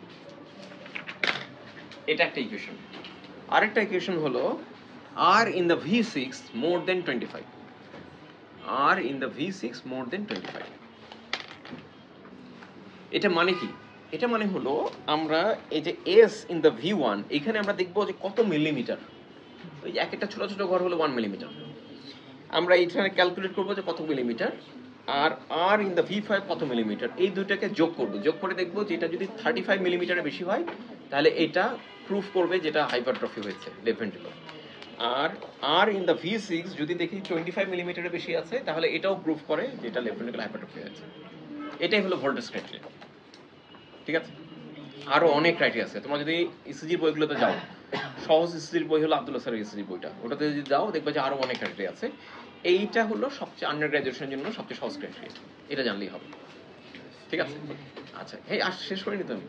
আচ্ছা, এরপরে দেখো এখানে আরো দুটো ফাইন্ডিং আছে। এই ইসিজিতে দেখো V5 V6 এ যে টি ওয়েভটা দেখো উল্টায় আছে, এই যে টি ওয়েভটা ইনভার্সন হয়ে আছে। এখন টি ইনভার্সন তো আমরা জানছি যে এটা ফিচার অফ ইস্কিমিয়া, ইনফ্রাকশন না, কিন্তু ইস্কিমিয়া। ইনফ্রাকশনের ফিচার তো এসটি এলিভেশন। ইস্কিমিয়া, ইস্কিমিয়া আর ইনফ্রাকশনের মধ্যে ডিফারেন্স আছে। ইস্কিমিয়া মানে ওখানে ইনজুরি ইয়া হচ্ছে, ব্লাড সাপ্লাই কম হচ্ছে, হাইপোক্সিয়া হচ্ছে। আর ইনফ্রাক্ট মানে কিন্তু ওখানে ডেথ, মাইক্রোন ডেথ হয়ে গেছে। তা এখানে বোঝা যাচ্ছে যে এখানে ব্লাড সাপ্লাই কম হচ্ছে, তাই না? ওখানে ইনজুরি হচ্ছে, হাইপোক্সিক হচ্ছে। এখন এটা ট্রু হাইপোক্সিয়া না, কারণ ট্রু হাইপোক্সিয়া মানেই হলো ওখানে কোনো একটা করোনারি ভেসেলের অবস্ট্রাকশন আছে, যার কারণে ওখানে ব্লাড সাপ্লাই কম হচ্ছে। কিন্তু এখানে করোনারি ভেসেলে কোনো অবস্ট্রাকশন নাই, অথচ এখানে একটু ইস্কেমিক চেঞ্জ হচ্ছে। এটাকে আমরা স্ট্রেইন বলি, এটাকে বলা হয় স্ট্রেইন। এবং এটাকে আমরা বলি left ventricular hypertrophy with strain. এই স্ট্রেনের কারণ কি? এই স্ট্রেনের কারণ হলো এই মানুষের মানে হাইপারট্রফি হয়েছে, মনে করো লেফট ভেন্ট্রিকলটা মোটা হয়ে গেছে, মাসেল যখন মোটা হয়ে গেছে ওর ডিমান্ড বেড়ে গেছে, ওর খাবারের চাহিদা বেড়ে গেছে, কিন্তু ওই হিসাবে তার যে করোনারি ভেসেল তো আর মোটা হয়নি। করোনারি ভেসেলে আগে যতটুকু ব্লাড সাপ্লাই হতো ততটুকু ব্লাড সাপ্লাই আছে। তোমার বাড়িতে আগে তোমরা 3টা মানুষ থাকতা, হঠাৎ করে গ্রামের বাড়ি থেকে 5-6 জন লোক থাকতে আসছে। এখন তোমার দারোয়ান ট্যাঙ্কিতে 2 বেলা পানি তুলতো, এখন 2 বেলা পানি তুলে কুলানো যাচ্ছে না। এখন 2 বেলা পানি তুললে পানি খালি হয়ে যাচ্ছে, ট্যাঙ্কি খালি হয়ে যাচ্ছে। তাই ওই ব্যাপারটা হয়েছে এখানে। এখন কি পানির লাইনে কি বন্ধ হয়ে গেছে, অবস্ট্রাক্ট হয়েছে? অবস্ট্রাক্ট হয়নি। এটা হলো রিলেটিভ ইসকেমিয়া হচ্ছে। এই জন্য এখানে ইসকেমিয়া টার্মটা উল্লেখ করবো না, এটাকে আমরা বলবো স্ট্রেন। ঠিক আছে? তার করোনারি ভেসেলে কোনো অবস্ট্রাকশন নাই, কিন্তু তার মাসল মোটা হওয়ার কারণে তার খাবারের চাহিদা বেড়ে গেছে, কিন্তু ওই হিসাবে তার ব্লাড ফ্লো তো বাড়েনি, আগে যা ছিল তাই আছে। এই জন্য তার রিলেটিভ ইসকেমিয়া হচ্ছে, এটাকে বলা হয় রিলেটিভ ইসকেমিয়া। এটাকে আমরা স্ট্রেইন নামে ডাকি। এই জন্য ইসিজির ফাইন্ডিংটা যখন পুরোটা লিখবো এটা বলবো left ventricular hypertrophy with strain. কেউ স্ট্রেইন কথাটা না বললে ওখানে 0.5 মার্ক কেটে দেওয়া হবে। এরপরে কোশ্চেন যে what are the causes of this ECG left ventricular hypertrophy. Left ventricular hypertrophy finding আর ওই যে কার্ডিওমেগালির ফাইন্ডিং একই। হ্যাঁ, কি ফাইন্ডিং? নাম্বার 1 সিস্টেমিক হাইপারটেনশন বা uncontrolled hypertension. Number 2 valvular heart disease, এর মধ্যে আছে aortic stenosis, aortic regurgitation, mitral regurgitation, mitral stenosis না। আচ্ছা, এরপরে হলো hypertrophy obstructive cardiomyopathy, clear? What are the other investigation you want to do? আর কি ইনভেস্টিগেশন করবো? ইকোকার্ডিওগ্রাফি, কালার ডপলার ইকোকার্ডিওগ্রাফি, আর চেস্ট এক্সরে করতে পারে। এই পেশেন্টের কমপ্লিকেশন কি হবে? প্রথম কমপ্লিকেশন লেফট ভেন্ট্রিকুলার ফেলিওর হবে, এলভিএফ হবে, তাই না? এছাড়া থ্রম্বোএম্বোলিজম হতে পারে। যখন হবে হার্ট ফেলিওর হবে তখন তার থ্রম্বোএম্বোলিজম হবে। আচ্ছা, এই পেশেন্ট হার্ট ফেলিওর হলে কি নিয়ে আসবে? অর্থোপনিয়া, পারঅক্সিজমাল নর্থসোনাল ডিসনিয়া নিয়ে আসবে।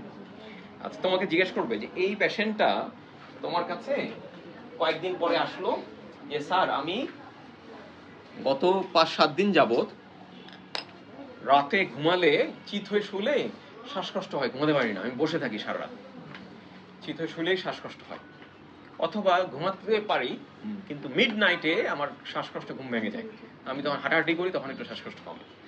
তার মানে কি হচ্ছে? তার left ventricular acute left ventricular failure হচ্ছে। শুতে গেলে যে শ্বাসকষ্ট হয় এটাকে অর্থোপনিয়া বলে, আর ওই যে মাঝরাতে যে বসে থাকে এটা paroxysmal nocturnal dyspnoea, feature of acute left ventricular failure. তুমি পেশেন্টকে এক্সামিন করলে কি পাবে?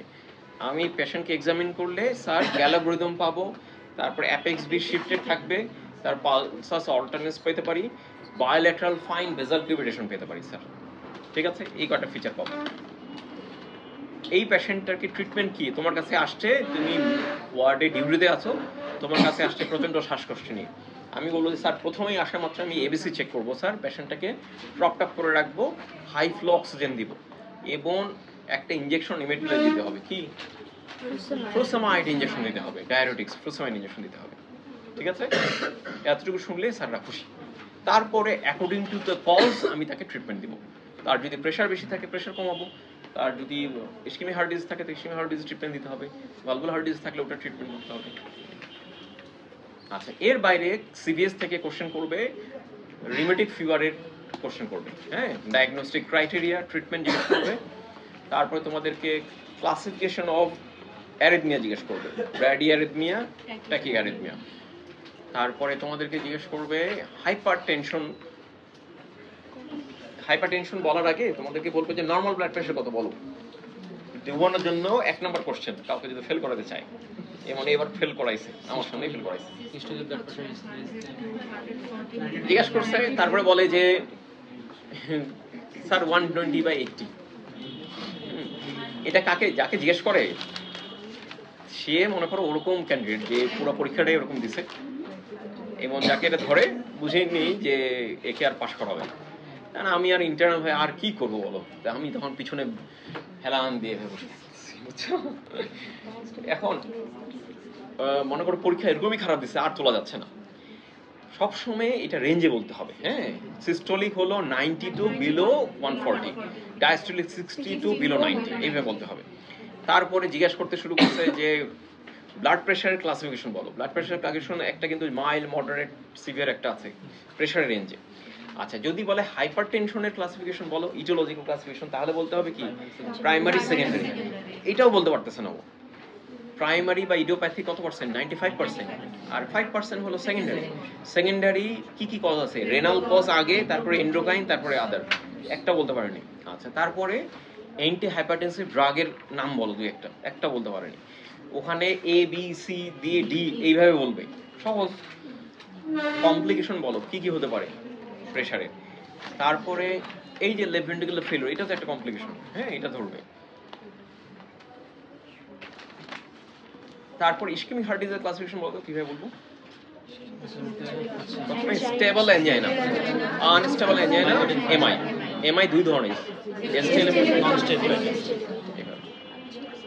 ইসকেমিক হার্ট ডিজিজের risk factor modifier, non modifier. ঠিক আছে, এই তো আজকে এই যে ইসিজি এবং এর রিলেটেড যা সিরিয়াস পড়লাম, এর বাইরে আর স্কোপ নাই। আমরা গ্র্যাজুয়েশন আর কি ধরবে এগুলি। ঠিক আছে, পারবো না। এই তো এগুলোই টাচ করলে। শোনো, পড়াটাকে একটু গুছাই নিয়ে আসতে হবে। তখন তো মনে করো ব্লকে আছো, এরপর তো আর পড়ার সুযোগ নাই। এখান থেকে এক ব্লক থেকে আরেক ব্লকে যাবে, তখন ওই সাবজেক্টটা পড়তে হবে। তার মানে মেডিসিন চলে, মানে লিভ করার আগেই মেডিসিনটা গুছিয়ে বের হতে হবে। আর পরীক্ষার আগে আর বই টই এত বেশি খোলা যাবে না। এখন যেইটা গোছাবে, একটা বই হতে পারে, একটা খাতা হতে পারে, একটা গাইড হতে পারে, যেটাই হোক, ওটাকে কমপ্লিট করতে হবে। তখন পরীক্ষার আগে ওটাকেই বারবার কাটতে হবে। যে কোনো একটা রেডি করো। এটা একটা তোমার একটা নোট বই হতে পারে, একটা গাইড বই হতে পারে, একটা খাতা হতে পারে, একটা টেক্সট বুক হতে পারে। যে কোনো একটাকে প্রিপেয়ার করো, ওইটার মধ্যেই লেখো, ওইটার মধ্যেই কাগজ লাগাও, যেন পরীক্ষার আগে ওই একটাকে রিভিশন দিতে পারো। আর রিভিশন দেওয়ারটাকে ক্যাটাগরাইজ করো, কালার ইউজ করো বিভিন্ন রকমের। কালারগুলো এমন হবে তোমার নিজস্ব একটা মার্কিং থাকবে, যে কিছু রেড কালার, কিছু ব্লু কালার, কিছু গ্রিন কালার। কালারগুলোকে এইভাবে মার্কিং করতে হয় যেন কিছু কালার থাকবে যে কালারটার মানে হলো যে এইগুলো আমি জানি, এটা পরীক্ষার আগে আমার না পড়লেও হবে। কিছু কালার থাকবে যেটা আমাকে পরীক্ষার আগে একবার পড়তে হবে। কিছু কালার থাকবে যেটা পরীক্ষার আগে আমাকে দুবার পড়তে হবে। কিছু কালার থাকবে যেটা পরীক্ষার আগে আমাকে 3 বার পড়তে হবে। কিছু কালার থাকবে যেটা পরীক্ষার আগে আমাকে আর পড়তে হবে না, এটা না পড়লেও চলবে। তাহলেই তুমি পরীক্ষার আগে রিভিশন কমপ্লিট করতে পারবে। নাহলে পরীক্ষার আগে রিভিশন কমপ্লিট হবে না। তো কেউ আছে পরীক্ষার আগে সব পড়তেছে, ওর তো রিভিশন জীবনেও কমপ্লিট হবে না, তাই না? কেউ আছে পরীক্ষার আগে কোনো রিভিশনে দেয় না, বসে বসে খেলা দেখে, হ্যাঁ, বিপিএল দেখবে, স্টেডিয়ামে যাবে, আবার পরীক্ষাও ভালো দিয়ে আসে। এরকম রিল্যাক্সলি পরীক্ষা দিতে হবে, তাহলে পরীক্ষা ভালো হবে।